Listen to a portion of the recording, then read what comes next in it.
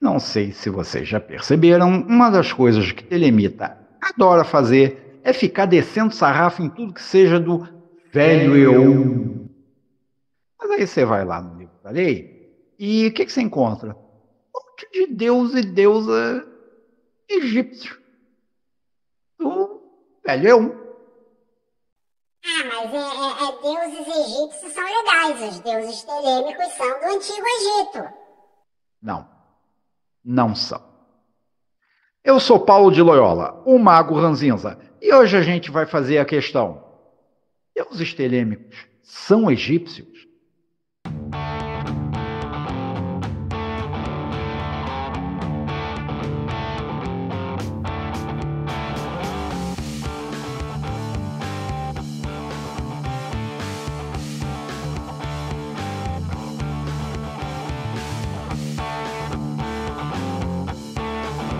Gosta aqui do canal? Então vamos ajudar aí. Como?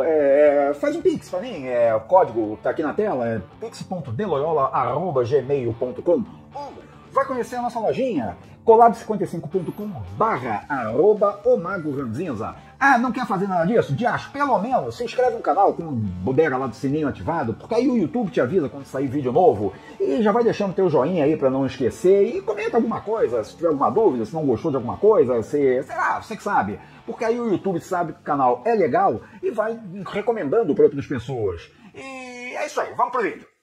Mas antes da gente começar a falar sobre as divindades do livro da lei, vamos entender logo uma coisa, né?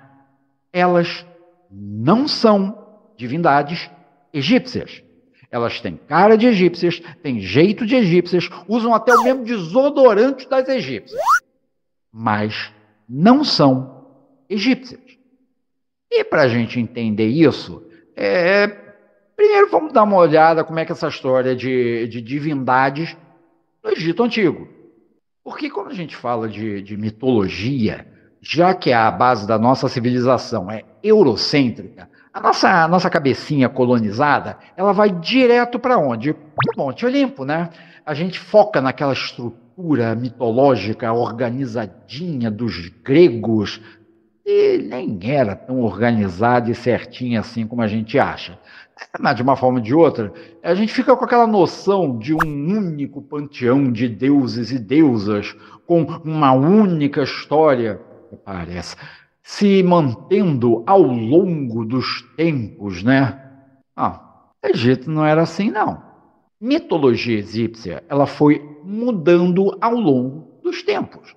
Os deuses e as deusas egípcias, eles foram recebendo novos nomes, novas atribuições, trocando de lugar, mudando as suas histórias, etc, etc. Entre 5.500 pré-era comum e 30 da era comum, rolou muita areia por aquelas bandas, né? Muitas culturas foram se misturando em um lesco-lesco generalizado, e isso, claro, influenciou a forma como as divindades se apresentavam ao longo desse tempo todo. Essa cabojada de deuses e deusas no panteão egípcio refletia o quê?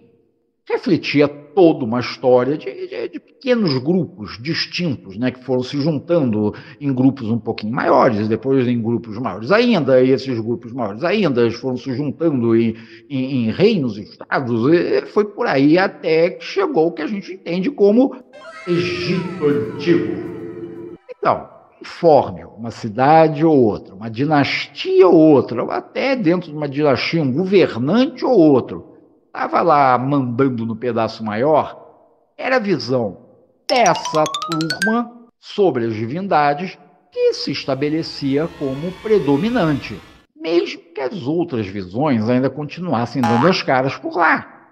É que nem cunhado, parece quando você menos espera. Aí o povão não queria perder sua divindade favorita. Muitas vezes o que a turma fazia era uma mistureba da divindade lá do governante com a sua divindade lá favorita. Juntava tudo e toca o bode. O resultado era que um momento, um deus ou uma deusa tinha uma história e um grupo lá de atribuições. E 30 anos depois, ou na cidade do lado, já era uma coisa completamente diferente. E toca o bode. E olha que nem sempre o Egito Antigo foi, como é que eu posso dizer isso? Nem sempre foi egípcio. Várias vezes outros povos tomaram conta lá da parada, dos íxios aos macedônios, gregos, romanos. E aí não era só misturar Deus egípcio com Deus egípcio, mas Deus egípcio com seja lá o que os estrangeiros que estavam no poder cultuassem. E toca o bonde. Acontece que o Kemet, né, a religião egípcia antiga, e não vamos esquecer aqui que a religião do Egito hoje é Islã. O Egito hoje não tem bolhufas a ver com o Egito antigo. Era uma religião mais prática, mais funcional do que filosófica ou teológica, ou qualquer dessas discussões de botequim que a gente adora transformar esse tipo de coisa hoje em dia. Divindades não eram invertebrados gasosos que ficavam lá de bobeira num reino sobrenatural.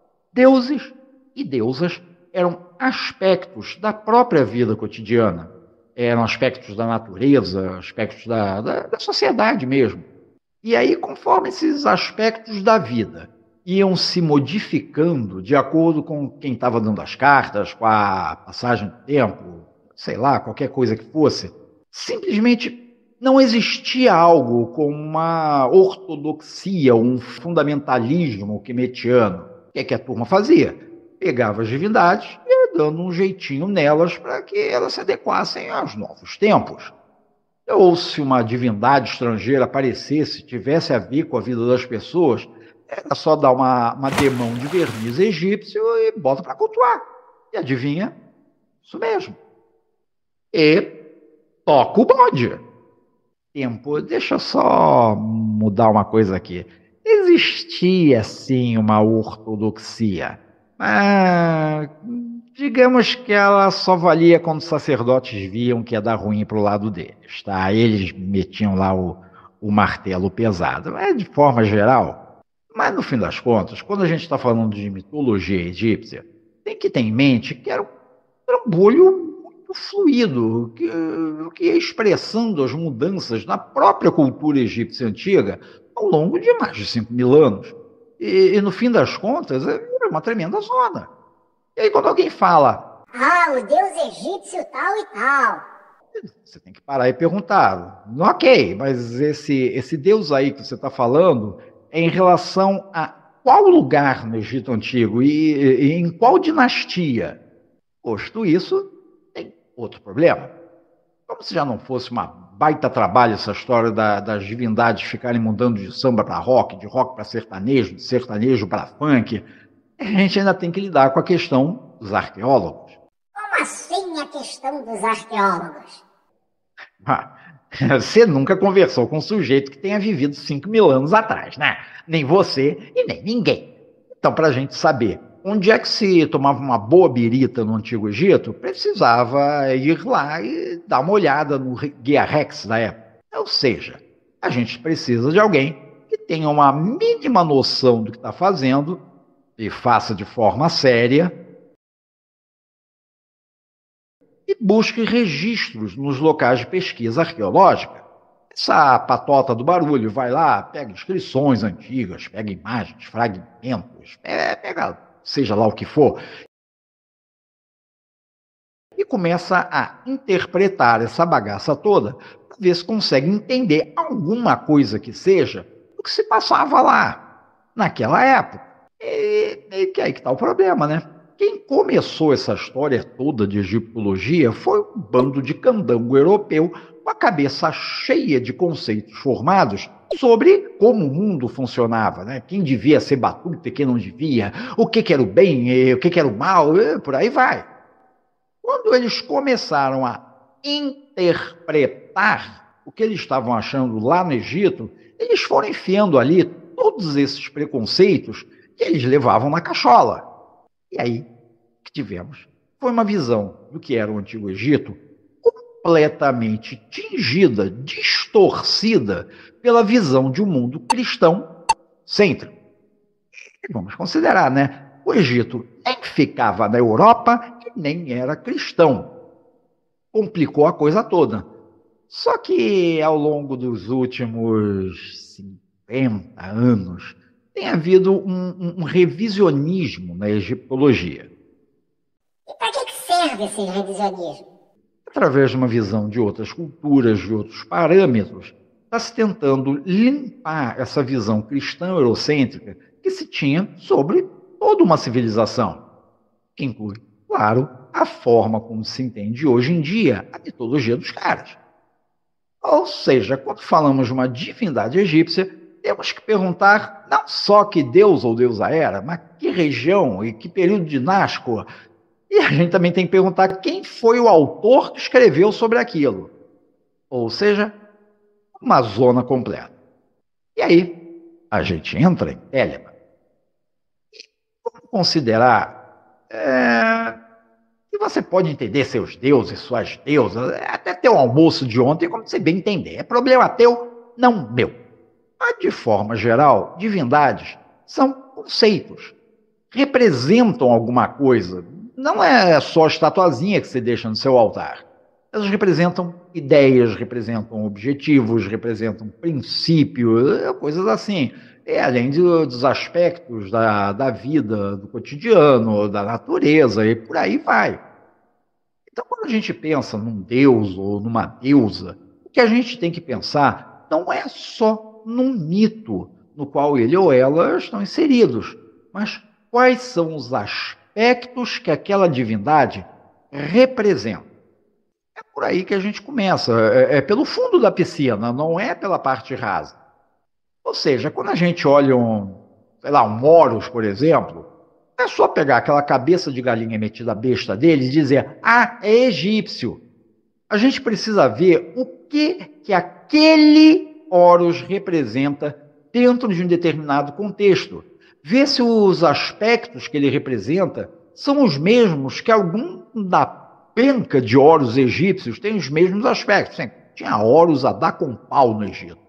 E eu realmente espero que a essa altura do basquete você tenha entendido que aspecto aqui não tem a ver com a aparência.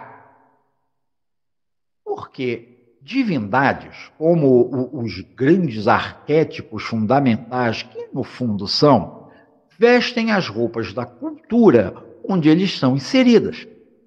É por isso que a gente tem tantos deuses e deusas parecidos, de culturas que não tem nada a ver uma com a outra, são longe para burro, tem séculos de espaço entre elas, mas apresentam divindades quando você vai ver, esse aqui corresponde a esse aqui. São os mesmos arquétipos com outras caras.